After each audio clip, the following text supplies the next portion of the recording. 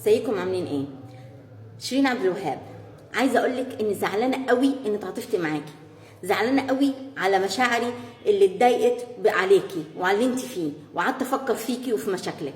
انت نسيتي لما طلعتي في برنامج مع لميس وقعدتي تقولي ده انا اتجوز الفيل ابو زلومه ولا ما اتجوزوش، اروح جنينه الحيوانات اتجوز قرد ولا ما اتجوزوش، وقعدتي بعد الطلاق حلقت لنا زلبطه وقعدتي تبكي لنا وتعيطي لنا واحنا تعاطفنا معاكي وزعلنا عليكي، وطلعت عملت فيديو ليه كده، وفي الاخر وكمان قعدتي تقولي للشعب اي حد يشوف حسام حبيب يبولوا عليه. طب دلوقتي بقى احنا بنقول للشعب كله ان يبولوا عليكم انتوا الاثنين عشان تدخلونا في مشاكلكم تاني، ولما يجي بعد كده يا ستي المره الجايه لما يعمل معاكي المشاكل اوعي تطلعي لنا وانت حلقه وتبكي لنا وتصحي لنا تاني. انت اثبتي ان الست ناقصه عقل، وكمان ما فيش كرامه. انت سمعتي لياسمين عز ان الراجل يدوس على السجاد براحته، طيب يا روح امك دلوقتي هيدوس على السجاد وهيدوس عليكي خالص، وياكي بعد كده تطلعي تشكلنا. بس كده خلي مشاكلك في بيتك يا ستي، احنا كفايه اللي فينا ومش ناقصنا، كفايه علينا مشاكلنا.